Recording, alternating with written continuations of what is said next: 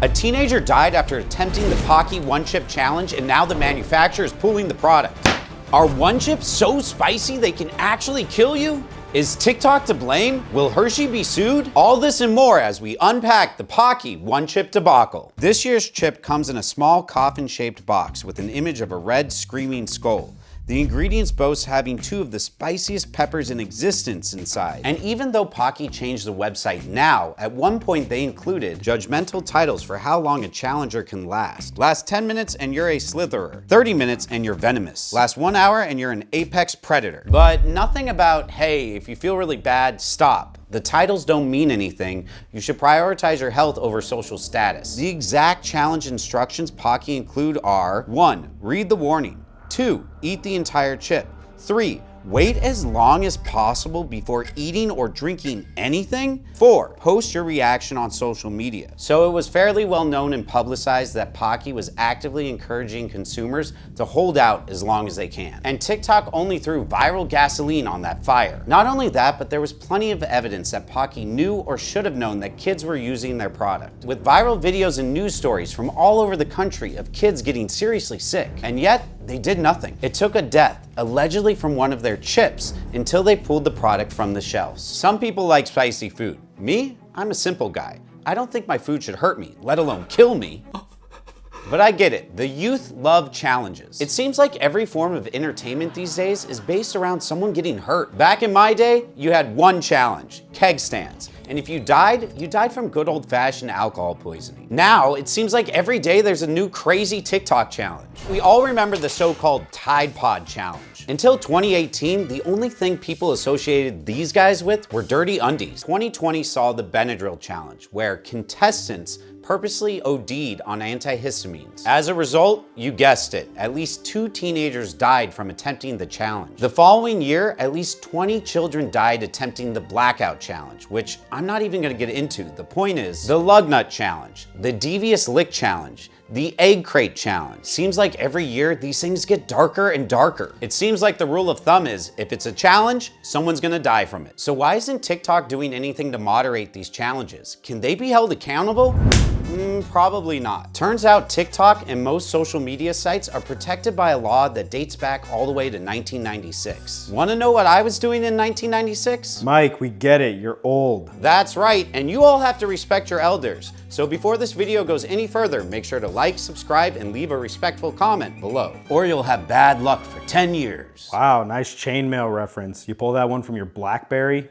Point is, we drafted a set of internet laws nearly 30 years ago called the Communications Decency Act. In this act is something called Section 230. It's only a few lines of text within the act, but it's probably the biggest reason that the internet as you know it is even allowed to exist today. Section 230 is like a big legal shield for websites and social media platforms. It's why you can post basically whatever you want to sites like Facebook, Twitter, and TikTok. Although some of you might want to remember that just because you can post something doesn't mean you should. Section 230 essentially makes it so if you post something illegal online, it's on you, not the platform. It's like saying, hey, don't blame Twitter for that tweet you regret posting at 3 a.m. This keeps the internet a wild and creative place because sites don't feel like they have to put too many restrictions on users. Imagine if they risked a lawsuit every time someone went against community guidelines though. They'd either go bankrupt or censor the site so much that they essentially became useless. How do you feel about Section 230? I'd love to hear in the comments below. So if TikTok's not to blame, who is? You may be thinking surely the chips manufacturer Pocky or its parent company Hershey, but as you know, nothing is crystal clear with the law. Currently, the family of the one chip victim has not filed a case, but there may be a few legal arguments for them to do so. First, you need to establish that the chip's spiciness was the actual cause of death. Now, I'm a lawyer, not a scientist, so let's check in with our resident expert scientists to see if spiciness can kill you. Thanks, Law by Mike. Turns out spice is an entirely subjective experience. It's a reaction between our bodies and certain spice-producing chemicals. In this case, a chemical called capsaicin. The level of capsaicin in a food is measured by the Scoville scale, depending on a few factors like your food sensitivity level, your body weight, overall health. Even foods pretty low down on the Scoville scale could cause severe medical reactions in your system that if left unchecked could kill you. Now back into my test tube. What a handsome guy. So yes, spiciness can possibly kill you. So how is a teenager able to get access to something that could maybe even kill an adult? Children can easily circumvent online barriers set up against them. I mean, most websites let me say I was born in 1881 and no one bats an eye. Wait, you weren't born in 1881? All right, getting a little tired of the old jokes now. Probably getting tired because you're old. All right, that's it. Yo, okay, sorry.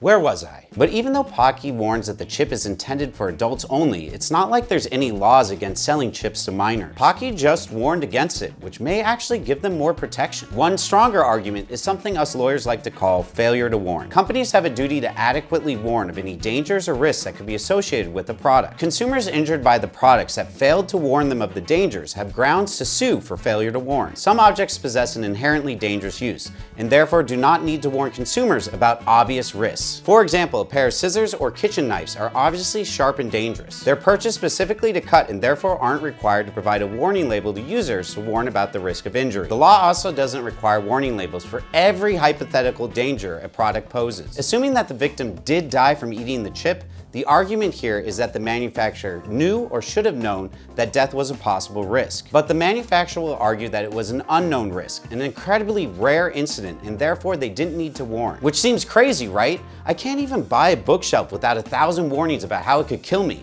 Most likely from stress when IKEA forgets to put all the parts I need in the box. But then there's no death warnings on one of the spiciest chips in the world? An argument could be made that the warning label didn't do enough and wasn't specific enough about the risks of consuming the one chip. Looking at the package's warning label, we see warnings that it should be kept away from children, to not eat it if you are sensitive to spicy foods, allergic to peppers, nightshades, or capsaicin. And finally, it says seek medical assistance should you experience difficulty breathing, fainting, or extended nausea. But there is no mention of death. Pocky stresses that its product is in line with FDA safety standards and has all the warnings it legally needs. But its branding and its use of macho "I challenge you" language tells a completely different story. That may qualify for an argument that Pocky was negligent. Pocky encourages people to wait as long as possible before eating or drinking anything. I spy a verbal fallacy. If part of the challenge is to try to endure the spiciness as long as possible, doesn't that contradict the advice on the warning label to seek medical assistance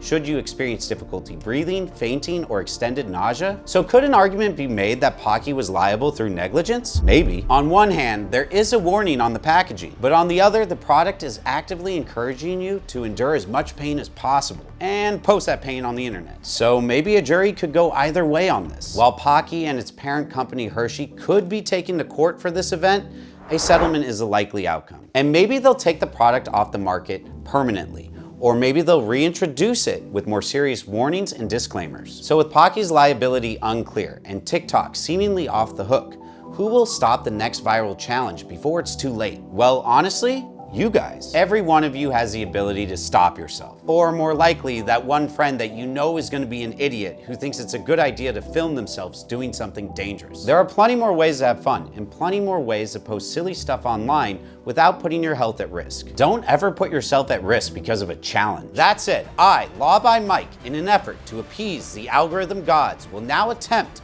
live the Pocky One Chip Challenge. Live on camera, the Pocky One Chip Challenge.